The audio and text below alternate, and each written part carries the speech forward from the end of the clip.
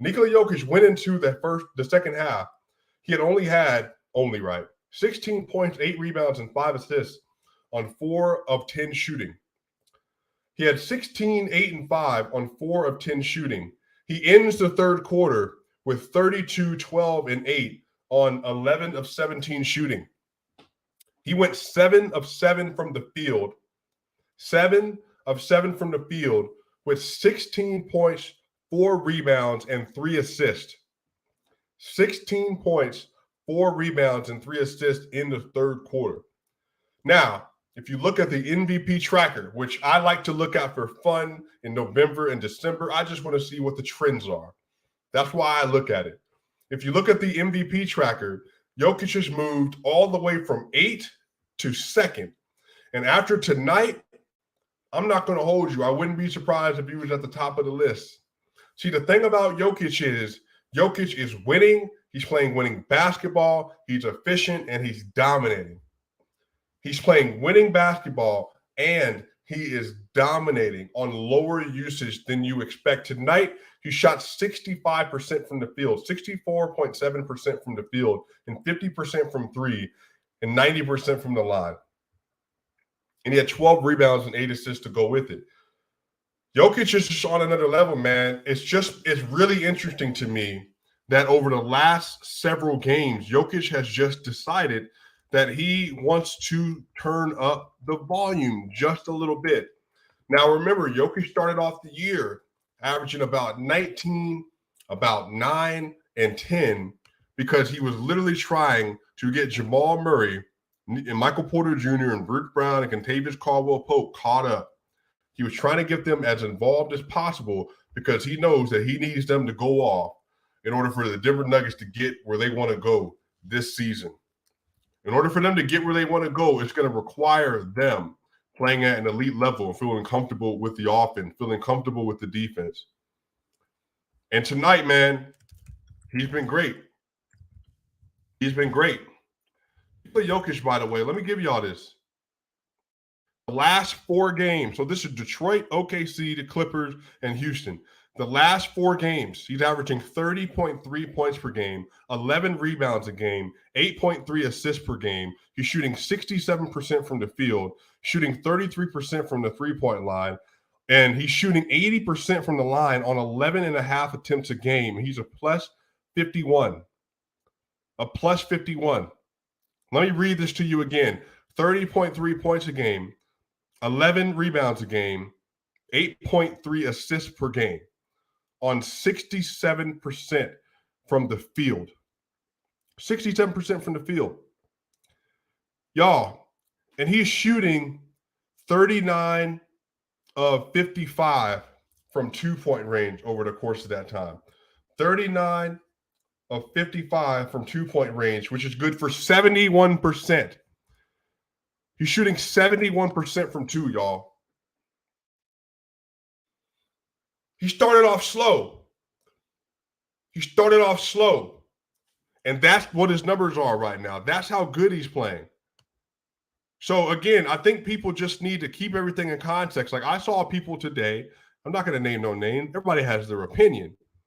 But, everybody knows that I cover this team diligently. I love this team. Born and raised in Denver, Colorado. We all know this. But people have been saying the word on the street is that Jokic isn't an MVP candidate this season. And so what I'm saying to you is, right, well, look at this. The last 4 games of the season, Jokic is averaging 30.3, 11.0, and 8.3 assists a game. So say what you want, man. He's shooting 71% from 2. He's shooting 67% overall, 33% from 3, and on 11.5 attempts a game, he's shooting 80% from the line. He's a plus 51. So what I'm telling y'all is the reason that Jokic is such a dominant player and such a different player is because of how he approaches the game of basketball. You're not going to see the level of passing, efficiency, scoring, and even, I would say, defenses from the steal standpoint that you're going to get from a player like Jokic. You're just not going to get it. He's giving you this on 15 shots a game. That's nothing.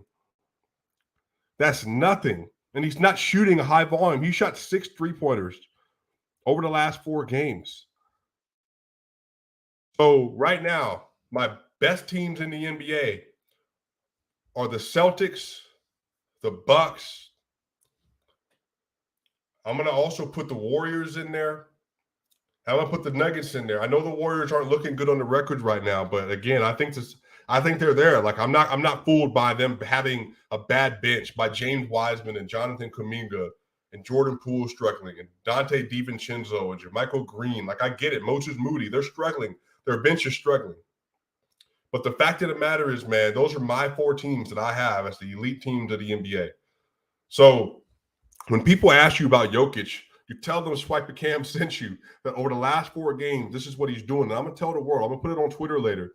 But I just want people to realize that, like, when people are talking about Jokic, people, they view him and discredit him because they don't think what he does is that valuable. But again, you're not getting the combination of volume, of lower usage, of efficiency in the passing and rebounding.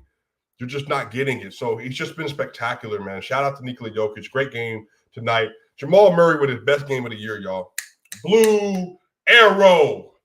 Blue arrow. Jamal Murray, 31 points. This is 25 minutes tonight. 31 points, 2 rebounds, 5 assists on 11 of 17 from the field. 4 of 8 from 3, 5 of 6 from the free throw line, 1 block, 1 steal, plus 7. Jamal Murray, baby. I'm telling you, man. You know what's funny is Nikola Jokic, he said that Jamal Murray was going to be bad for the first 20 games of the season. So game 20, Jamal Murray comes out. Game 20, Jamal Murray comes out, and he puts on his arguably best game of the year. His first 30-point of the year. Matter of fact, let me read this to y'all. No, let me not read it. We doing it. We doing it. Let me show y'all. Jamal Murray's last 10 games, y'all. This is how you know we're coming back. Jamal Murray's averaging 19.4 points a game, 6.1 assists per game, 4.3 rebounds a game. And over the last 10 games, he's shooting 44.6% from the field, 37.3% from the three-point line, and 84.4% from the free throw line. And he's also a plus 65 with just 2 games. With just 2 games here in the minus versus the New York Knicks. 3 games rather, versus the New York Knicks, the Boston Celtics, and versus the Indiana Pacers. I'm telling y'all, man. And let me even do this. So let me do last 5 games. Just so we can see how Jamal Murray is picking it up. Jamal Murray in the last 5 games is averaging 21.2 points, 6 assists, and 4 rebounds a game. He's shooting 44% from the field, 37.5% from 3. And he's shooting that on 6.4 attempts a game. And he's currently shooting in the last 5 games 88.9% from the line. And in the last 5 games, y'all, he's a plus 51. So again, everything has to be in context. Jamal Murray is on the way back. Jamal Murray is rising. He's getting more comfortable. And you see, evident by tonight, 31, 2 and 5 on 11 of 17 and 4 of 8 and 5 of 6 and a plus 7.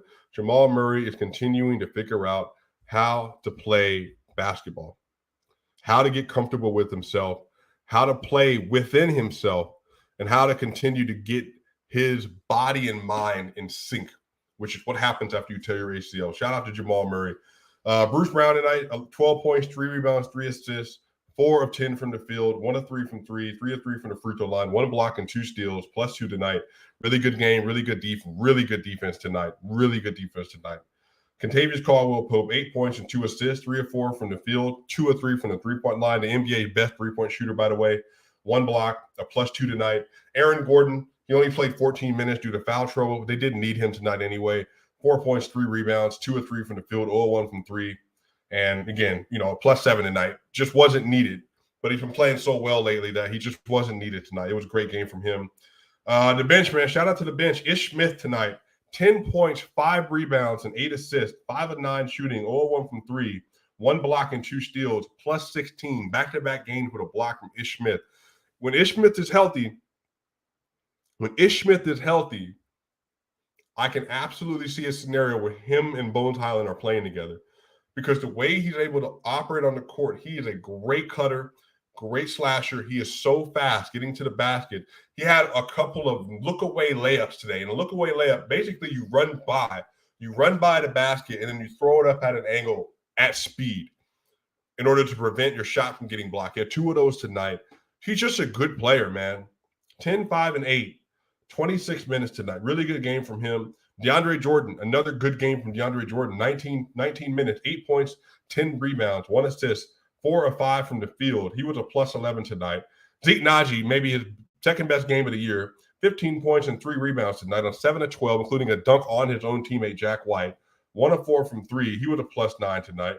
Davon Reed, 9 points, 3 rebounds, and 1 assist. 3 of 6 from the field, which is 3 of 6 from 3. And he was a plus 20 tonight. Blacko Chanchard, not a great game, but, played good in certain spots. 2 rebounds and 3 assists, 0-3 from the field. He was a plus 2 tonight. So this is what happens when your bench plays well. You blow out teams. You blow teams out, and the starters don't play in the fourth quarter.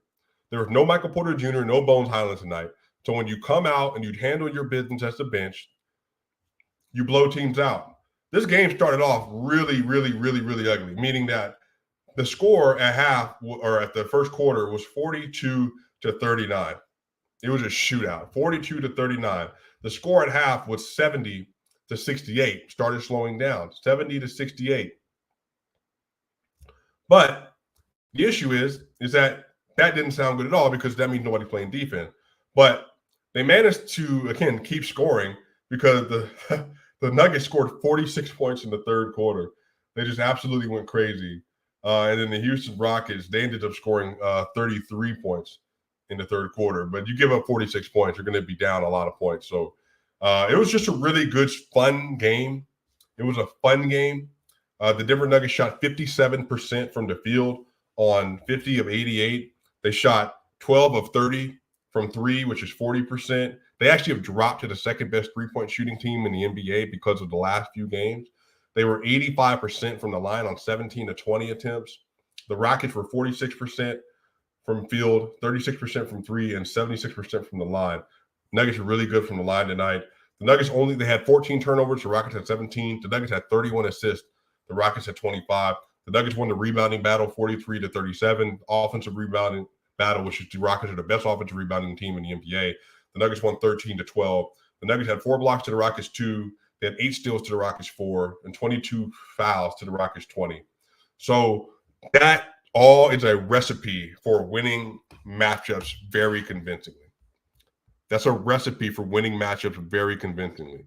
And so the Denver Nuggets, they took care of business. They play against the Houston Rockets again on Wednesday. And you want to see them put another similar performance up like this, because what you want to see them do, and again, I didn't share this on this platform, but the Denver Nuggets, prior to this game, the Denver Nuggets were 8-5 on the road and only 4-2 at home. Really, really good.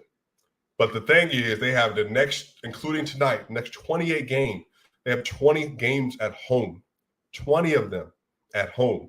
So you have an opportunity for the Denver Nuggets to create real separation between you and the rest of the Western Conference by locking into these games and doing what you're supposed to do and handling your business.